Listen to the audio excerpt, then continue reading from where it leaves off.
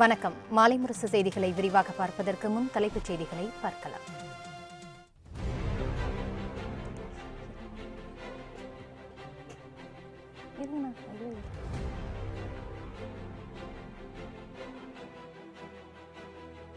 திமுக பொருளாளர் துரைமுருகனுக்கு சொந்தமான இடங்களில் 23 கோடியே 50 லட்சம் ரூபாய் பறிமுதல்.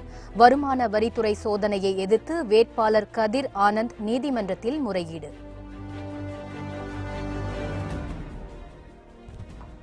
வருமான வரி சோதனை குறித்து தலைமை தேர்தல் ஆணையத்துக்கு தகவல் அளிக்கப்படும். வேலூரில் தேர்தல் நிறுத்தப்படுமா என்பதை ஆணையமே முடிவு செய்யும் எனவும் சத்யபிரதா சாஹூ பேட்டி.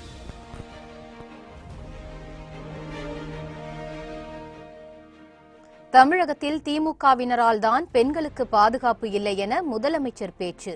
தோல்வி பயத்தில் ஸ்டாலின் தரம் தாழ்ந்து பேசுவதாகவும் விமர்சனம்.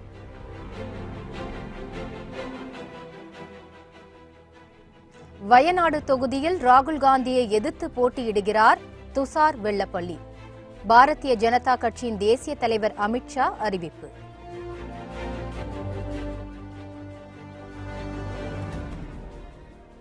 காங்கிரஸ் தகவல் தொழில்நுட்ப பிரிவுடன் தொடர்புடைய 687 பக்கங்கள் முகநூலில் நீக்கம். முதற்கட்ட வாக்குப்பதிவுக்கு 10 நாட்களே உள்ள நிலையில் நடவடிக்கை.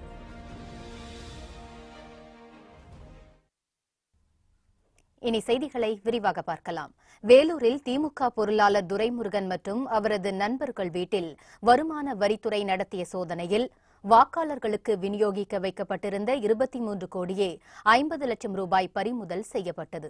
வேலூரில் சில தினங்களுக்கு முன்பு திமுக பொருளாளர் துரைமுருகனுக்கு சொந்தமான இடத்தில் நடத்தப்பட்ட சோதனையில் ஆவணம் இல்லாத 10 லட்சம் ரூபாய் கைப்பற்றப்பட்டிருந்தது.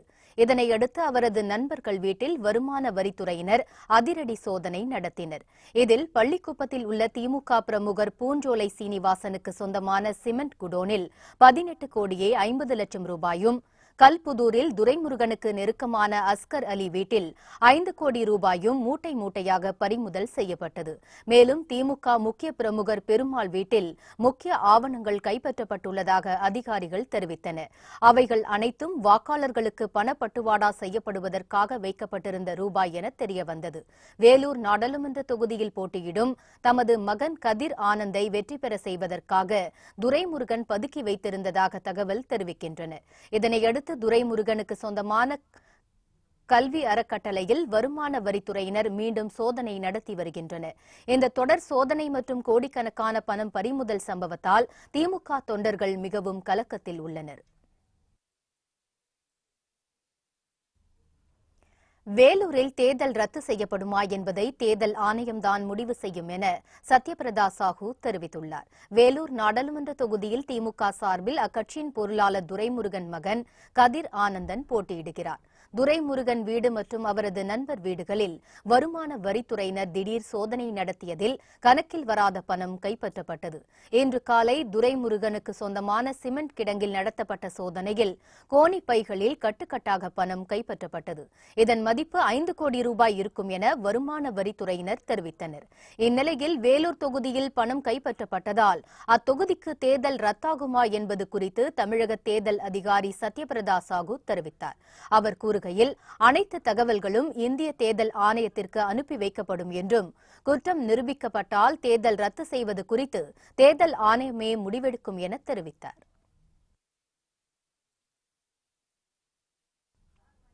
வேலூரில் திமுக பொருளாளர் துரைமுருகன் இல்லத்தில் கத்தை கத்தையாக கோடிக்கணக்கில் பணம் கைப்பற்றப்பட்டது. இதுகுறித்து தமிழக தேர்தல் ஆணையரிடம் நமது செய்தியாளர் நந்தினி நடத்திய நேர்காணலை இப்போது பார்க்கலாம்.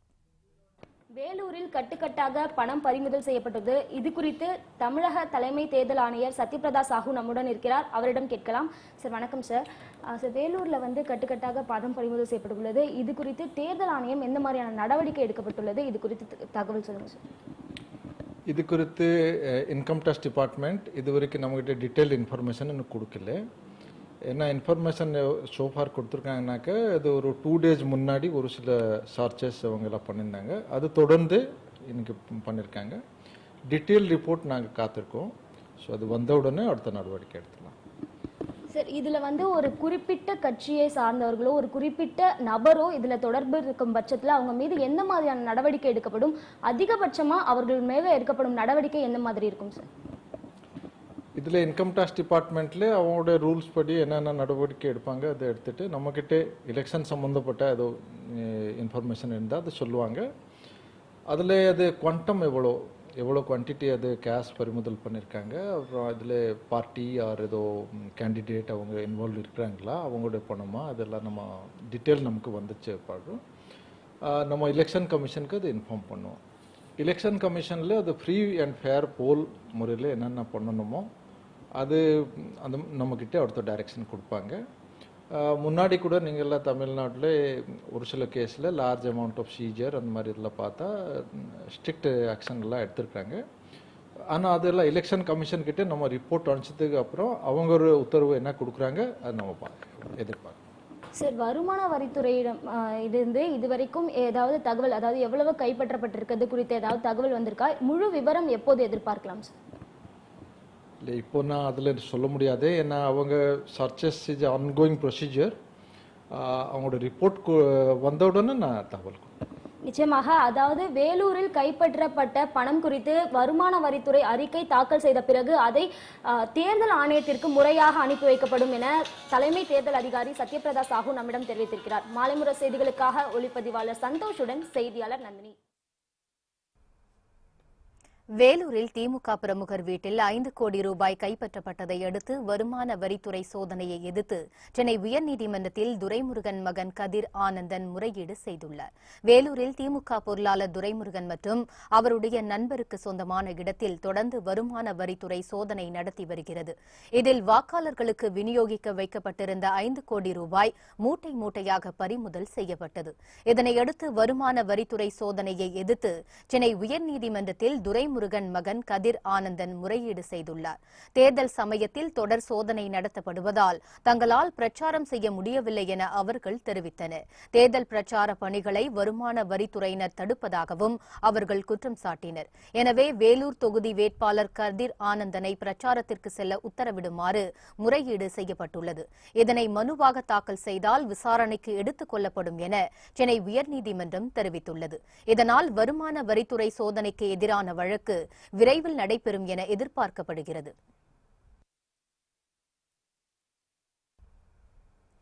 திமுகவினர் 8 ஆண்டுகளாக ஆட்சியில் இல்லாத போதே அவர்களது இல்லங்களில் பல கோடி ரூபாய் பிடிபட்டு இருப்பதாக தமிழக பாஜக தலைவர் தமிழிசை சவுந்தரராஜன் தெரிவித்துள்ளார்.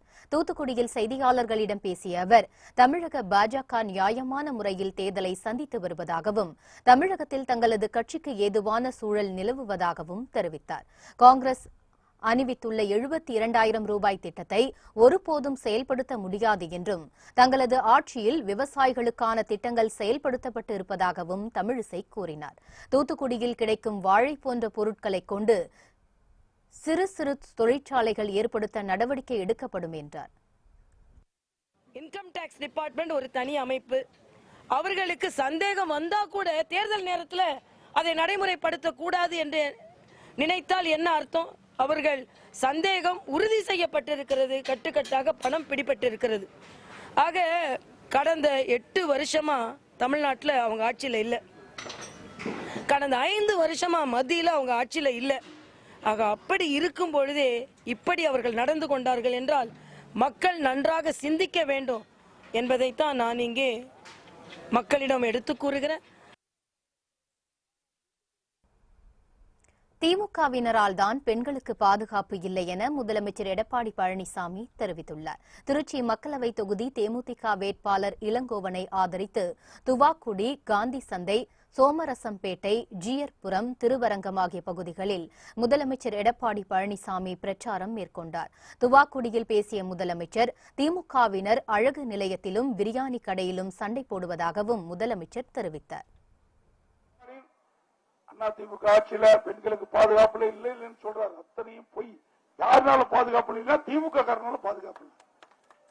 இன்னைக்கு அழகு நிலையத்தில் போய் திமுக காரர் உள்ள புந்து அடிக்கிறாங்க. எல்லா தொலைக்காட்சியிலும் பெண்கள் பார்த்திருப்பீங்க. பெண்களை காலில் உதைக்கிறான்னு பாருங்க. அதே ஒரு 4 நாளைக்கு முந்தி ரயில்ல போகும்போது கர்ப்பிணி பெண்ண திமுக செயற்குழு உறுப்பினர் தகாத முறையில் நடந்த காரணத்தினால அவரை கைது செஞ்சு சிறையில் இருக்காரு.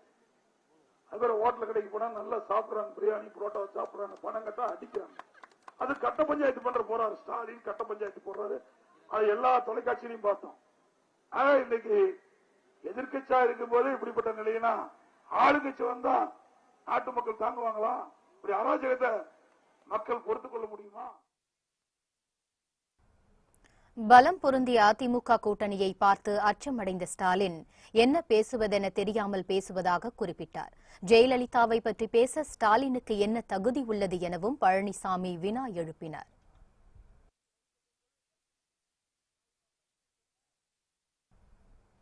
கொடநாடு விவகாரம் குறித்து திமுக தலைவர் மு.க. ஸ்டாலின் பேசுவதற்கு தடை கோரி அதிமுக தாக்கல் செய்த மனுவை சென்னை உயர்நீதிமன்றம் தள்ளுபடி செய்தது.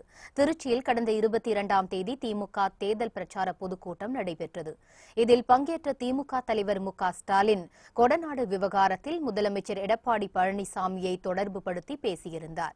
ஸ்டாலின் பேச்சுக்கு தடை விதிக்க கோரி அதிமுக செய்தி தொடர்பாளர் பாபு முருகவேல் என்பவர் உயர்நீதிமன்றத்தில் மனு தாக்கல் செய்தார். வழக்கை விசாரித்த நீதிபதிகள் மு.க. ஸ்டாலினிடம் இதுகுறித்து தேர்தல் ஆணையம் விளக்கம் கேட்டுள்ளதால் அதிமுக தரப்பிலான கோரிக்கையை நிராகரித்து உத்தரவிட்டனர். கேரள மாநிலம் வயநாடு தொகுதியில் தேசிய ஜனநாயக கூட்டணி வேட்பாளராக துஷார் வெள்ளப்பள்ளி போட்டியிடுவார் என பாஜக தலைவர் அமித்ஷா தெரிவித்துள்ளார். காங்கிரஸ் தலைவர் ராகுல் காந்தி உத்தரப்பிரதேசத்தின் அமேதி மக்களவை தொகுதியிலும் கேரளத்தின் வயநாடு மக்களவை தொகுதியிலும் போட்டியிடுகிறார். பாஜக ஏற்கனவே அமேதி தொகுதிக்கு மத்திய அமைச்சர் ஸ்மிருதி இரானியை வேட்பாளராக அறிவித்துள்ளது. இந்நிலையில் வயநாடு தொகுதியில் தேசிய ஜனநாயக கூட்டணி வேட்பாளராக பாரத் தர்ம ஜனசேனா தலைவர் துஷார் வெள்ளப்பள்ளி போட்டியிடுவார் என அமித்ஷா டுவிட்டரில் தெரிவித்துள்ளார். ஈழவர் தீயர் சமுதாய மக்களின் முன்னேற்றத்துக்காக 3 ஆண்டுகளுக்கு முன் தொடங்கப்பட்ட இயக்கம் பாரத் தர்ம ஜனசேனா ஆகும். கோவை மாவட்டம் பொள்ளாச்சியில் நடந்த பாலியல் கொடூர சம்பவம் குறித்து புகார் அளித்த பெண்ணின் விவரத்தை வெளியிட்ட கோவை எஸ்பி பாண்டியராஜன் பணியிட மாற்றம் செய்யப்பட்டார். பொள்ளாச்சி கொடூர வழக்கில் மெத்தனமாக நடந்து கொண்டது, பெண்ணின் அடையாளத்தை வெளியிட்டு சட்ட விதி மீறலை செய்தது என பல்வேறு குற்றச்சாட்டுகளுக்கு உள்ளானவர் கோவை மாவட்ட எஸ்பி பாண்டியராஜன். தற்போது கோவையில் 7 வயது சிறுமி பாலியல் பலாத்காரம் செய்து கொலை செய்யப்பட்ட சம்பவத்தில் 1 வாரத்துக்கு பிறகு குற்றவாளி அடையாளம் காணப்பட்டதற்கு பொதுமக்களிடையே கடும் அதிருப்தி நிலவியது. இந்நிலையில் பாண்டியராஜன் காத்திருப்பு பட்டியலில் வைக்கப்பட்டுள்ளதாகவும் புதிய எஸ்பியாக சுஜித்குமார் நியமனம் செய்யப்பட்டிருப்பதாகவும் தமிழக அரசின் உள்துறை செயலாளர் வெளியிட்டுள்ள செய்திக்குறிப்பில் தெரிவிக்கப்பட்டது. இது மட்டுமல்லாது பொள்ளாச்சி பாலியல் வழக்கை விசாரித்து வரும் கோவை மாவட்ட டிஎஸ்பி மற்றும் பொள்ளாச்சி ஆய்வாளரும் பணியிட மாற்றம் செய்யப்பட்டுள்ளனர். மேகதாது அணை கட்ட நிதி ஒதுக்கி ஆய்வுக்கு அனுமதி அளித்தது மத்திய அரசு என மதிமுக பொதுச் செயலாளர் வைகோ குற்றம் சாட்டியுள்ளார். சிதம்பரம் மக்களவை தொகுதி விடுதலை சிறுத்தைகள் கட்சி வேட்பாளர் திருமாவளவனை ஆதரித்து மதிமுக பொதுச் செயலாளர் வைகோ பிரச்சாரம் செய்தார். அப்போது கஜா புயல் தாக்கியபோது தமிழகத்துக்கு மோடி வந்து பார்வையிடவில்லை என்றும், டெல்லியில் விவசாயிகள் போராட்டம் நடத்தியபோது அவர்களை சந்திக்க 5 நிமிடங்கள் கூட ஒதுக்கவில்லை என்றும் தெரிவித்தார். கர்நாடகத்தில் மேகதாது அணை கட்ட நிதியும் ஒதுக்கிவிட்டு ஆய்வுக்கும் அனுமதி அளித்தது மத்திய அரசு என குற்றம் சாட்டினார். பிரதமர் நரேந்திர மோடியை கேட்கிறேன், கண்டனம் தெரிவித்தீர்களா? ஒரு சொல் ஆறுதல் சொல்றதுண்டா? 120 நாடுகளுக்கு மேலே சுற்றி வந்தீர்களே, எங்கள் செந்தமிழ்நாடு என்ன பாவம் செய்தது? தென்னந்தோப்புகளும் வாழை தோட்டங்களும் எல்லாம் அழிந்து நொறுங்கி கண்ணீரும் கம்பனையுமாக கதறி அழுது கொண்டிருந்தார்களே, அப்பொழுது நீங்கள் வந்து பார்ப்பதற்கு ஏன் உங்களால் இயலவில்லை? ஏன் முடியவில்லை? தமிழ்நாட்டு விவசாயிகள் வெயிலிலும் பனியிலும் கொளுத்தும் வெயிலிலும் கொட்டும் பனியிலும் சாலை ரோட்டிலே கிடந்தார்களே அகதிகளைப் போல. 5 நிமிடம் உங்களை பார்த்து கோரிக்கை வைப்பதற்கு அனுமதித்தீர்களா?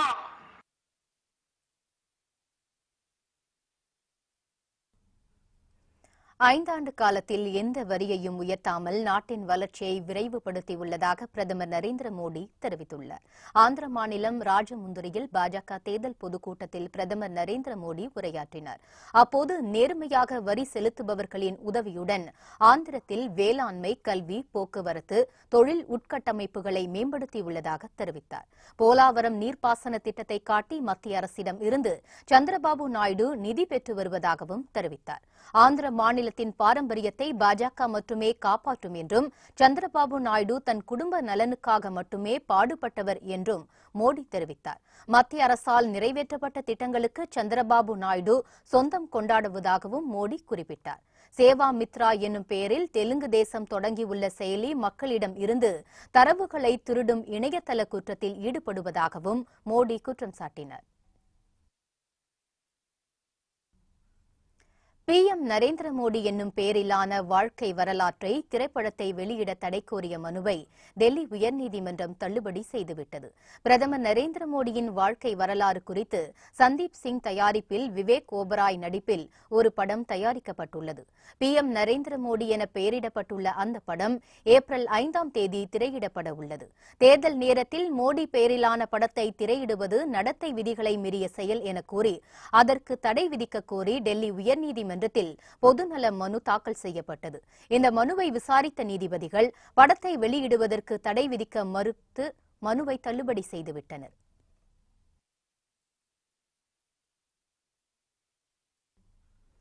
காங்கிரஸ் தகவல் தொழில்நுட்ப பிரிவுடன் தொடர்புள்ள 687 பக்கங்களை நீக்கியுள்ளதாக பேஸ்புக் தெரிவித்துள்ளது. தேர்தலை முன்னிட்டு சமூக ஊடகங்களில் தவறான தகவல் பரப்பப்படுவதை தடுக்க வேண்டும் என தேர்தல் ஆணையமும் மத்திய அரசும் பேஸ்புக், ட்விட்டர் உள்ளிட்ட சமூக வலைதளங்களுக்கு அறிவுறுத்தியிருந்தன. அதன் அடிப்படையில் பேஸ்புக் நிறுவனம் காங்கிரஸ் தகவல் தொழில்நுட்ப பிரிவுடன் தொடர்புடையவர்களின் 687 பக்கங்களை நீக்கியுள்ளது. போலியான கணக்குகளை உருவாக்கி பல்வேறு குழுக்களுடன் சேர்ந்து தகவல் பரப்பியது விசாரணையில் கண்டறியப்பட்டதாகவும் அதன் அடிப்படையில் இந்த பக்கங்கள் நீக்கப்பட்டுள்ளதாகவும் பேஸ்புக் நிறுவனம் தெரிவித்துள்ளது. மக்களவைத் தேர்தல் முதற்கட்ட வாக்குப்பதிவுக்கு 10 நாட்களே உள்ள நிலையில் பேஸ்புக் நிறுவனம் இவ்வாறு நடவடிக்கை எடுத்துள்ளது குறிப்பிடத்தக்கது.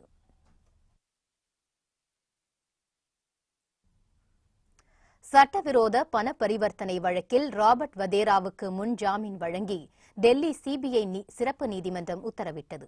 சட்டவிரோத பண பரிவர்த்தனை வழக்கில் கைது நடவடிக்கையை தவிர்க்க ராபர்ட் வதேரா முன்ஜாமீன் கோரியிருந்தார். இந்த வழக்கை விசாரித்த சிபிஐ சிறப்பு நீதிமன்றம் ராபர்ட் வதேரா மற்றும் மனோஜ் அரோரா ஆகிய 2 பேருக்கும் முன்ஜாமீன் வழங்கி உத்தரவிட்டது. இருவரும் 5 லட்சம் ரூபாய் மதிப்புள்ள பிணைத் தொகையை செலுத்தி ஜாமீன் பெற்றுக் கொள்ளலாம் என நீதிபதி தெரிவித்தார். இந்த வழக்கில் ஏற்கனவே ராபர்ட் வதேரா இடைக்கால ஜாமீனில் உள்ளது குறிப்பிடத்தக்கது. திருவாரூர் தியாகராஜ சுவாமி கோவிலில் உலக புகழ்பெற்ற ஆழித்தேரோட்டம் வெகு சிறப்பாக நடைபெற்றது.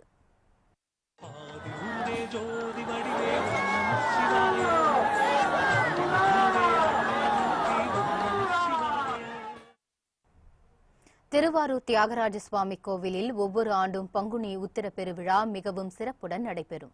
இதன் முக்கிய திருவிழாவான ஆழித்தேரோட்டத்தில் லட்சக்கணக்கான பக்தர்கள் பங்கேற்பர். அந்த வகையில் இந்த ஆண்டுக்கான ஆழித்தேரோட்டம் இன்று நடைபெற்றது. ஆசியாவிலேயே மிகவும் பிரசித்தி பெற்ற 108 அடி உயரமுள்ள ஆழித்தேரோட்டத்தை மாவட்ட ஆட்சியர் ஆனந்த் மற்றும் வேளக்குறிச்சி ஆதீனம் நிர்வாக அதிகாரி கவிதா ஆகியோர் வடம் பிடித்து இழுத்து தொடங்கி வைத்தனர். முன்னதாக தேரில் எழுந்தருளியுள்ள தியாகராஜ சுவாமிக்கு சிறப்பு ஆராதனைகள் நடைபெற்றன. தொடர்ந்து 4 ரத வீதிகளில் வலம் வந்த தியாகராஜ சுவாமியை ஏராளமான பக்தர்கள் ஆருரா தியாகேசா என்ற பக்தி கோஷமிட்டவாறு தரிசனம் செய்து பரவசமடைந்தனர்.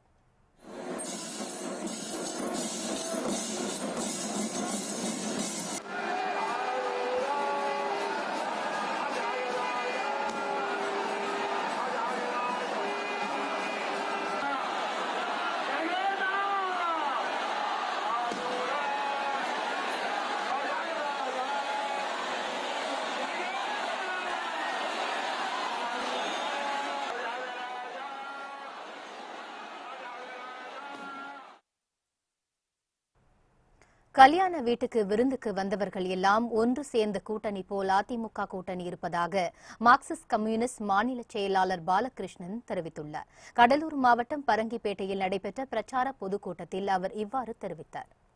ஒரு கூட்டணி அமைச்ச மாதிரி நீங்க ஒரு கூட்டணி அமைச்சுட்டு என்ன பேசுறா தெரியுமா? இன்னைக்கு எடப்பாடி நாகப்பட்டினத்துல இது கொள்கைக்கான கூட்டணி, திமுக தலைமையில் இருக்கிறது, அது சந்தர்ப்பாத கூட்டணின்னு பேசுறாரு. எது கொள்கைக்கான கூட்டணினே புரியல. அப்ப பிஜேபிக்கு உங்களுக்கும் கொள்கையில உடன்பாடு இருக்குதா? அவங்க போற போக்க பார்த்தா நீங்க அநேகமா கூட்டணிங்கிற மாதிரி தான் இருந்தீங்கன்னு நினைச்சோம். போற போக்க பார்த்தா பிஜேபியுடைய தமிழ் மாநில தலைவராக எடப்பாடி மாறினாலும் ஆச்சரியப்படுவதற்கில்லை என்கிற நிலைமைதானே இன்றைக்கு ஏற்பட்டுக் கொண்டிருக்கிறது. தமிழகத்தில் தேர்தல் பறக்கும் படையினர் நடத்திய வாகன சோதனையில் இதுவரை 78 கோடி ரூபாய் பறிமுதல் செய்யப்பட்டுள்ளது. தமிழகத்தில் தேர்தல் நடத்தை விதிகள் அமலில் இருப்பதால் தேர்தல் பறக்கும் படையினர் வாகன சோதனையில் ஈடுபட்டு உரிய ஆவணங்கள் இன்றி கொண்டு செல்லப்படும் பணம் மற்றும் பொருட்களை பறிமுதல் செய்து வருகின்றனர். தமிழகத்தில் இதுவரை 78 கோடி ரூபாய் பறிமுதல் செய்யப்பட்டுள்ளதாக அதிகாரிகள் தெரிவித்துள்ளனர். அதன்படி ஈரோடு மாவட்டம் அந்தியூர் அருகே அத்தானி கைகாட்டி பிரிவு பகுதியில் தேர்தல் பறக்கும் படையினர் வாகன சோதனையில் ஈடுபட்டனர். அப்போது கோபிச்செட்டிப்பாளையத்தை சேர்ந்த வியாபாரி சார்லஸ் என்பவர் உரிய ஆவணங்கள் இன்றி 17,65,000 ரூபாய் எடுத்து சென்றது தெரியவந்தது. இதனையடுத்து பணத்தை அதிகாரிகள் பறிமுதல் செய்தனர். இதேபோன்று கரூர் மாவட்டம் சுக்காலியூர் பகுதியில் நடைபெற்ற வாகன சோதனையில் புலியூரை சேர்ந்த அருண் என்பவர் உரிய ஆவணமின்றி காரில் 5 லட்சம் ரூபாய் கொண்டு சென்றது கண்டுபிடிக்கப்பட்டது. இதனையடுத்து 5 லட்சம் ரூபாயை அதிகாரிகள் பறிமுதல் செய்து வருவாய் கோட்டாட்சியரிடம் ஒப்படைத்தனர். கரூரில் அரசு கலைக்கல்லூரி மாணவிகளுக்கு 7 வருடங்களாக பாலியல் தொல்லை கொடுத்த வழக்கில் சிறையில் உள்ள பொருளாதாரத்துறை தலைவருக்கான ஜாமீன் மனு தள்ளுபடி செய்யப்பட்டது. கரூரை அடுத்த தாந்தோன்றி மலையில் அரசு கலைக்கல்லூரி இயங்கி வருகிறது. அங்கு பயிலும் மாணவிகளுக்கு பொருளாதாரத்துறை தலைவர் இளங்கோ என்பவர் கடந்த 7 வருடங்களாக பாலியல் தொல்லை கொடுத்துள்ளார். மாணவிகள் அளித்த புகாரின் பேரில் அவர் கைது செய்யப்பட்டு சிறையில் அடைக்கப்பட்டார். இந்நிலையில் துறை தலைவர் இளங்கோ ஜாமீன் கோரி கரூர் கிளை சிறையில் மனு அளித்தார். இவ்வழக்கு மாவட்ட முதன்மை அமர்வு நீதிமன்ற நீதிபதி பிருந்தா கேசவச்சாரி முன்பு விசாரணைக்கு வந்தது. அப்போது ஜாமீன் வழங்கக்கூடாது என மாணவிகளின் சார்பில் வாதிடப்பட்டது. மாணவிகள் 10 பேரிடம் வாக்குமூலங்களை பெற்ற நீதிபதி ஜாமீன் கோரிய மனுவை தள்ளுபடி செய்து உத்தரவிட்டார். அந்த கல்லூரியில் படிக்கக்கூடிய மாணவிகளுக்கு பல்வேறு வகையில் தொடர்ந்து பாலியல் தொல்லை கொடுத்தும் அந்த பாதிக்கப்பட்ட மாணவி மற்றும் பல்வேறு மாணவிகள் அளித்த புகாரின் பேரில் கரூர் அனைத்து மகளிர் காவல் நிலையத்தில் பேராசிரியர் மீது வழக்கு பதிவு செய்யப்பட்டு அந்த வழக்கின் பேரில் அவர் நீதிமன்ற காவலுக்கு அனுப்பப்பட்டார். அவருக்கு பிணை கோரி இன்றைக்கு கரூர் முதன்மை அமர்வு நீதிமன்றத்தில் பிணை மனு விசாரணைக்கு வந்தது. பாதிக்கப்பட்ட மாணவி தரப்பில் கடுமையாக பிணை வழங்கக்கூடாது என ஆட்சேபனை தெரிவித்து மிக விரிவாக வாதங்களை எடுத்து வைத்தோம். தஞ்சாவூர் சட்டமன்ற இடைத்தேர்தலில் போட்டியிடும் அதிமுக வேட்பாளர் மற்றும் நாடாளுமன்ற வேட்பாளர்களை ஆதரித்து தஞ்சையில் ஜி.கே. வாசன் வாக்கு சேகரிப்பில் ஈடுபட்டார். தஞ்சை சட்டமன்ற இடைத்தேர்தலில் போட்டியிடும் அதிமுக வேட்பாளர் காந்தி மற்றும் நாடாளுமன்ற உறுப்பினருக்கான தேர்தலில் போட்டியிடும் நடராஜன் ஆகியோரை ஆதரித்து தமாக தலைவர் ஜி.கே. வாசன் பிரச்சாரம் மேற்கொண்டார். அப்போது பேசிய அவர், தமிழகத்திற்கு தண்ணீர் கிடைக்காததற்கு காரணம் காங்கிரஸ் ஜனதா தளம் கட்சிதான் என குற்றம் சாட்டினார். இந்த பிரச்சாரத்தில் கூட்டணி கட்சி நிர்வாகிகள் உட்பட பலர் கலந்து கொண்டனர். தமிழகத்திலே முறையாக தண்ணீர் கிடைத்திருக்க வேண்டும். கிடைக்காததற்கு காரணம் காங்கிரஸ் ஜனதா தளம் தான் என்பதை இந்த நேரத்தில் நான் பகிரங்கமாக குற்றம் சாட்ட விரும்புகிறேன். நண்பர்களே, அதற்கு மறைமுகமாக மட்டுமல்ல, வெளிப்படையாக பதவிக்காக துறைபோகும் கட்சி திராவிட முன்னேற்ற கழகம் என்பதை நான் இந்த தருணத்திலே குறிப்பிட விரும்புகிறேன். கன்னியாகுமரி மக்களவை தொகுதி காங்கிரஸ் வேட்பாளர் எச் வசந்தகுமார் தீவிர வாக்கு சேகரிப்பில் ஈடுபட்டார். கன்னியாகுமரி மக்களவை தொகுதியில் காங்கிரஸ் கட்சி சார்பாக எச் வசந்தகுமார் போட்டியிடுகிறார். தேர்தல் நெருங்கி வரும் நிலையில் வசந்தகுமார் தீவிர பிரச்சாரத்தில் ஈடுபட்டு வருகிறார். வட்டக்கோட்டை பகுதியிலிருந்து திறந்த ஜீப்பில் சூறாவளி பிரச்சார பயணத்தில் ஈடுபட்டார். வழி நெடுகிலும் தொண்டர்கள் பட்டாசு வெடித்து அவருக்கு உற்சாக வரவேற்பு அளித்தனர். அவருடன் கூட்டணி கட்சி நிர்வாகிகள் பலரும் உடனிருந்தனர். அதன் மூலம் உங்களுக்கு அந்தந்த பகுதி மக்களுக்கு கூட்டணி தொண்டர்கள் உதவியாக இருப்பார்கள். பாராளுமன்றத்தில் நடக்க இருக்கின்ற அந்த நிகழ்வுகளில் உங்கள் பகுதி சார்ந்த அந்த குறைகளை நிறைகளை எடுத்து சொல்லுவதற்கு நமது முற்போக்கு கூட்டணியின் சகோதரர் உங்களுக்கு உதவியாக இருப்பார்கள். உங்களோடு மக்களோடு வசந்தகுமார் இருப்பேன் என்று சொல்லி கை சின்னத்தில் வாக்குதனை தாருங்கள் தாருங்கள் என்று எங்கள் பயணத்தை தொடர்கின்றோம். புத்தம் புதிய செய்திகள் அவ்வப்போது முழுமையாக மாலை முரசு தொலைக்காட்சி வழங்கும். இணைந்திருங்கள் மாலை முரசு தொலைக்காட்சியுடன். வணக்கம்.